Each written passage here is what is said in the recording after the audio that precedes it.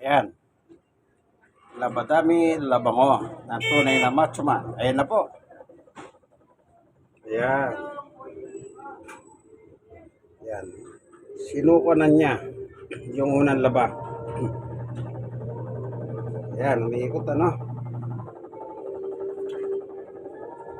Dinidrain niya lang.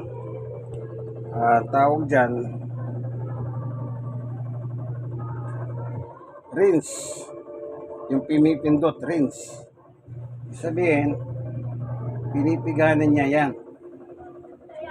Para yung unang laban na may sabon dyan, talagang isusukan niya lahat. Yan po. Yan, ganyan lang. Tapos, pag huminto yan, yan, nilalagay ko na po ito. Nakikita nyo sa batyang itim. Yan.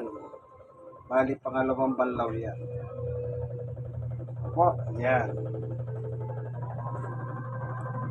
Labadaming labango. Ang tunay na macho man. Kahit sabihin nyo may edad-edad na, 62 na ako. Pero, noon pa man tinutulungan ko na po ang aking may bahay. Hindi pa ako senior, tumutulong na ako sa kanya paglalagyan. Po, bakit ako tumutulong? Kailangan. Hindi ko mo kung ikaw ang lalaki, wala ka nang gagawin. Hindi po mali yun.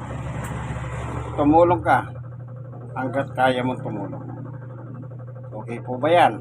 Yan. Tunay na macho man. Okay?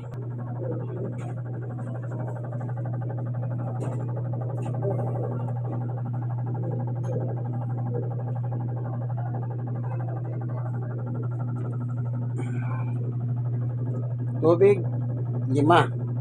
Para maraming tubig. Para malaya siya makagalaw. Ayan. Nasa rinse po. Yung patay sindi na yan, rinse. Ayun, yung isang patay sindi dyan. Ayan. Pusi, malalambot.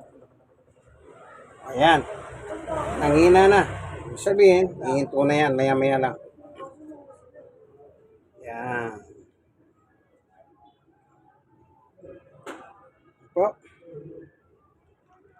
Ganyan lang po ang paglalaba. Mahina ng ikot.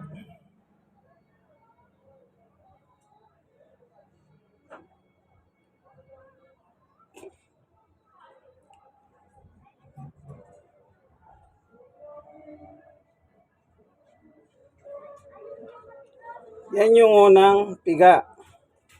Yung may sabon, saka Sunrox.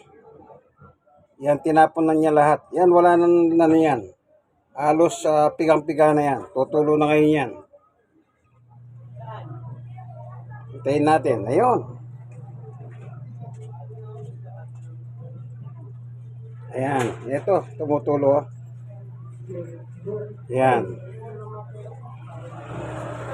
Ano po? Tumutulo. Ito yung ginamit ko kanina, Sunrox.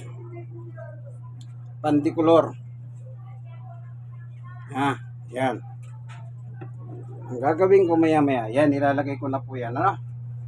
Tutulungan ko na siya. Yan, ganyan lang po. Diskarte ka nga. Nandito na lamang, kaibigan.